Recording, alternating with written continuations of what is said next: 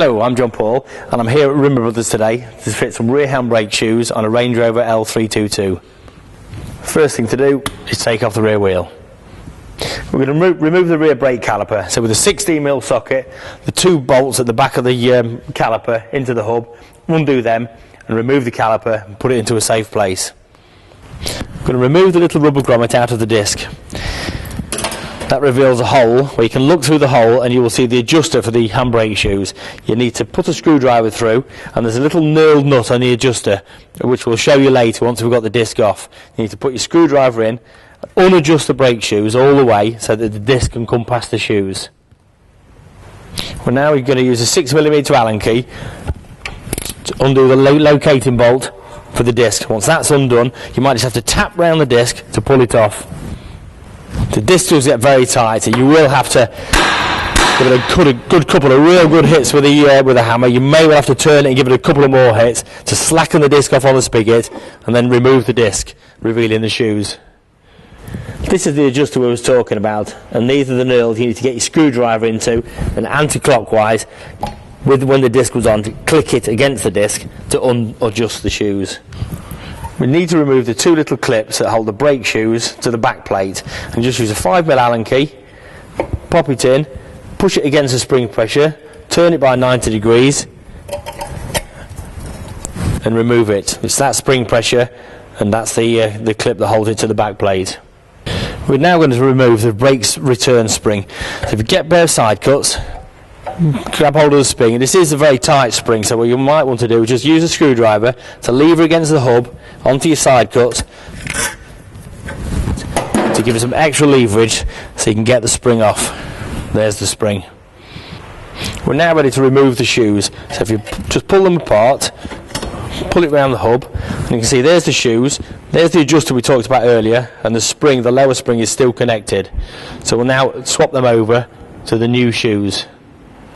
We're just going to remove the handbrake actuator from the cable so that we can clean it up on the bench. So you need to just pull it forwards to release the cable behind and then take it out. This is the actuator that works. Now we'll clean this up on the bench and we'll show you how it works. This is the little handbrake shoe actuator. Now then, the cable sits in there in that little hook, which is tucked away like that. The two shoes fit in those two little grooves there. So as the cable's pulled, it spreads them apart, moving the handbrake shoes onto the hub. We've just oiled the little pivot point, so it's all nice and free. And then we're ready to refit back to the handbrake cable, and then we're going to refit the shoes. To refit the actuator, we need to put it into the cable, so the cable sits into the little hook, and then curl it back round, and we're ready to put the shoes back in. We're now going to swap the spring and the adjuster to the new set of shoes. So if you just pull the shoe to one side, release the spring, put the spring to one side. Here's the adjuster that we talked about. This is when you put your screwdriver in to unadjust, it brought the two lugs in together, and when you're going to readjust it later, what essentially happens is you elongate to adjust.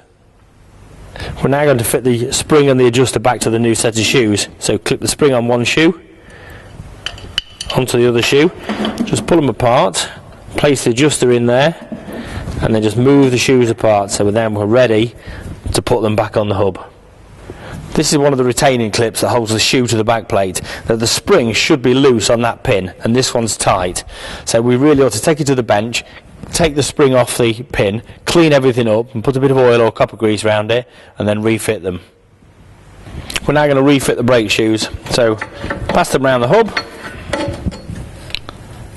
fit them to the actuator, and then replace our retaining clips back to the back plate. Push it in 90 degrees, let it off. Do the other one, and then we're going to replace the spring. We're now going to replace the top return spring, pop it in the hole there, get your side cuts, replace it into that spring. You may well have to use a screwdriver again because this is a very tight spring. If you're not fitting new discs, you need to clean out the rust from where the handbrake shoes will be working. So just knock off any excess rust. Then I used a flappy paddle and a drill just to clean up the ring. We're just going to remove the rust from around the inner part of the disc here, because it does tend to catch on the back plate, so when you put it back together it just grinds away on the back plate. So it's always worth taking away that rust. The rust does get quite stubborn on the inside of this disc, so I just use a hammer and chisel and tap away. We're now going to replace the disc. Just make sure that the retaining bolt hole lines up with the bolt hole in the hub. So lift the disc up,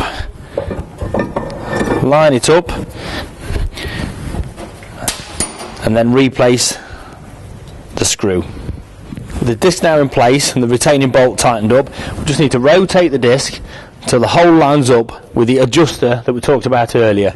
Then we'll replace a screwdriver through the hole and adjust the shoes until it goes tight. Slacken it off a little bit, and then it's just worth using the handbrake a couple of times and then readjusting. Now we're just going to replace the rubber grommet in the adjuster hole. Get the caliper, pop it back on, bolt it up, and then we're ready to put the wheel back on. I'm now going to pop the wheel back on, put the nuts back on, and tighten them down to 140 Newton meters.